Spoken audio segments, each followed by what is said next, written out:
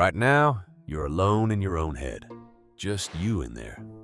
Your thoughts, your private voice, nobody else's. In the next 10 minutes, that's gonna end. And what floods in won't feel anything like a gift. Because you're about to hear every thought around you.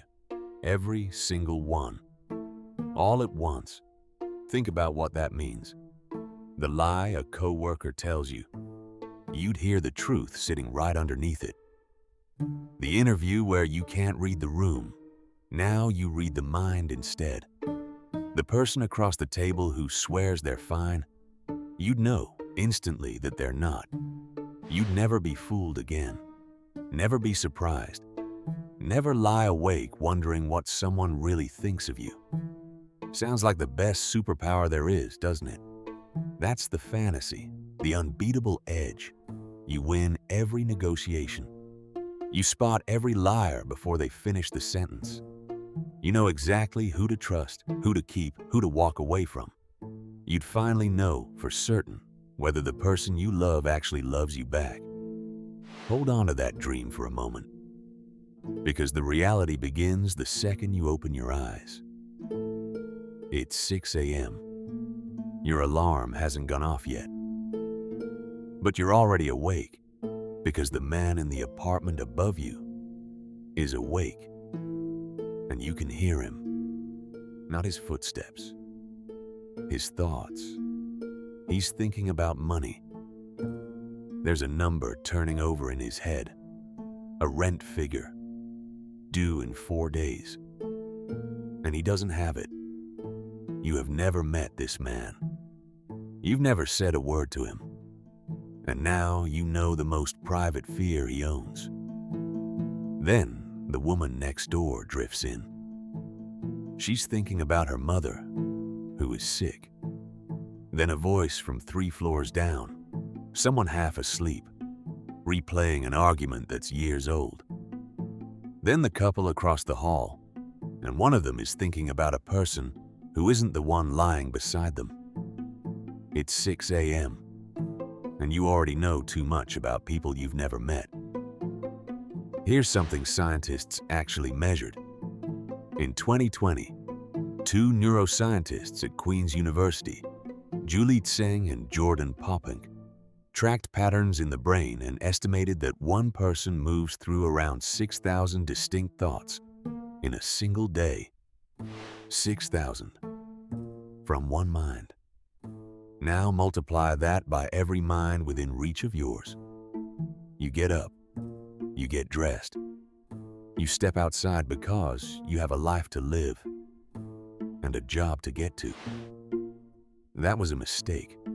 The street hits you like a wall, except there's no sound to it. A driver stuck at a red light is silently, furiously cursing a person who isn't even there. A teenager walking past is certain, absolutely certain that everyone is staring at them. An old man on a bench is thinking about a woman he loved 60 years ago and never told. You try to lock onto one voice, just one. You can't. There's a reason you can't. Your brain has a filter. Researchers call it selective attention, first described by a scientist named Gallant in 1953. It's the thing that lets you follow one friend's voice across a loud, crowded restaurant. But that filter was built for sound arriving through your ears. It was never designed for thoughts pouring in straight through the walls of your skull. So there's nothing to turn down. There's no dial, no volume, no off. There is only all of it, always, everywhere a person happens to be standing. And people are everywhere. You get on the train, 200 strangers packed into a metal box, 200 inner monologues running at once. Somebody is doing math. Somebody is grieving a person who died last week. Somebody 2 seats away pictures something so dark and sudden that you physically flinch. And when you snap your head up, it's just a tired man in a gray coat, staring blankly at his phone. And that's the part no one warns you about. You cannot tell the difference between a passing thought and a real intention. Everyone thinks terrible things sometimes. A flash of rage in traffic, a cruel joke that never leaves the mouth, a dark image that appears from nowhere and dies half a second later. Inside your own head, you know those don't count. You know they're just weather passing through. But inside a stranger's head, you have no way to know which thoughts they'd ever act on and which are simply noise. So you brace against all of them, all day long. Could you ever trust a person again after hearing the single worst thing they ever thought? And here's what should genuinely unsettle you. This isn't pure fantasy anymore. At the University of Texas at Austin in 2023, a team led by Alexander Huth with a researcher named Tang built something they called a semantic decoder.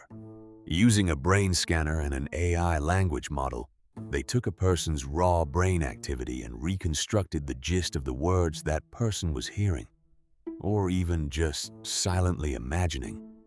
It wasn't word perfect, but it worked. For the first time, a machine read the rough shape of a private thought with nothing spoken out loud.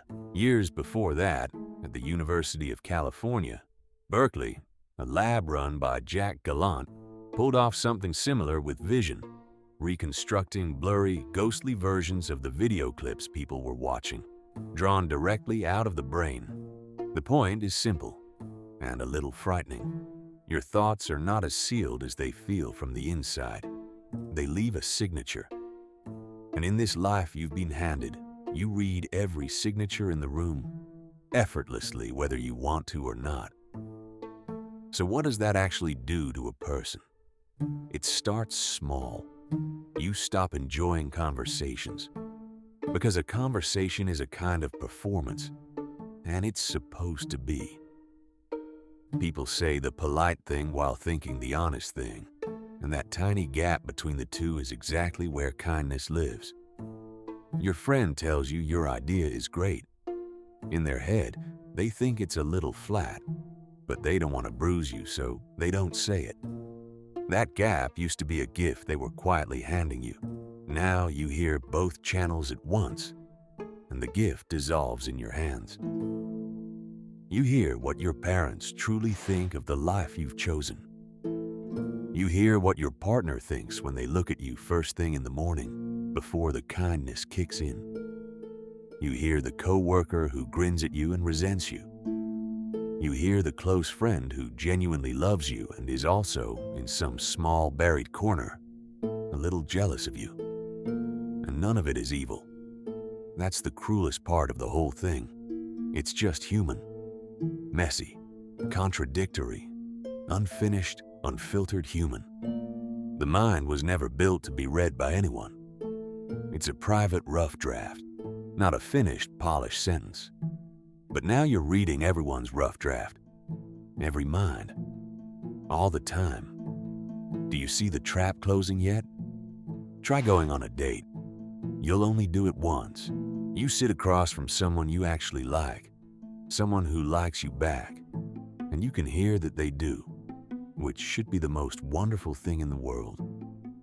But you also hear the running commentary underneath it, the small flicker of doubt when you say the wrong thing, the half second they compare you to someone from before, the moment their attention slides to the check, to tomorrow, to nothing at all. A first date is supposed to be built on hope and guesswork and the thrilling terror of not knowing. Instead, you've been handed the last page first. And who wants to read a love story when they already know exactly how it ends? So you start pulling away from people. Of course you do. Anyone would. You look for the quietest place you can find. Fewer minds means less noise. Maybe it's a cabin somewhere. Maybe it's the far edge of a small town where the nearest thought is a field away. You tell yourself this is peace, that you've earned some quiet. But really you both know you're hiding, because look at what the power actually took from you. It didn't just take your trust in other people. It reached deeper than that. It took the one thing that makes closeness possible in the first place: the not knowing. Love only works because you choose to believe in someone you can't completely see. Surprise only exists because you don't already know what's coming. A gift only means something because it was never guaranteed. You've lost every piece of that. Everyone is transparent. Every moment is spoiled a beat before it arrives. You are surrounded by more people than ever, and you have never been more alone. And your own mind, that used to be the one room in the universe that belonged only to you. Now it's the loudest room in the world. It's never empty, and you can never, ever leave it. Try to sleep on that. You'll find you can't do that either, because somewhere out there, someone is always awake and always thinking, and the walls of the night were never soundproof to begin with. So let's ask the real question, plainly. Would you take it?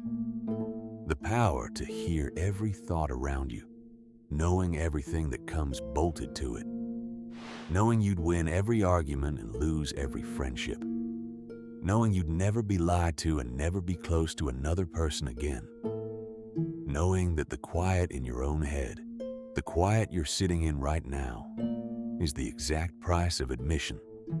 And be honest, some part of you still wants it.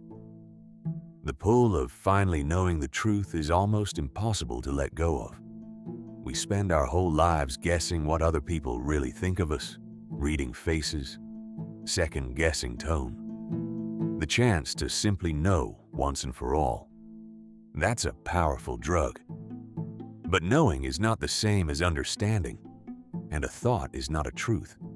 It's a flicker, half-formed, contradictory, gone in a second, and never once meant for another set of ears. So maybe the human mind stays sealed for a reason. Maybe that wall was never a flaw. Now, come back. Back to your own life. Back to the ordinary Tuesday you were standing in when this started. And notice something you've never once noticed before. It's quiet in there.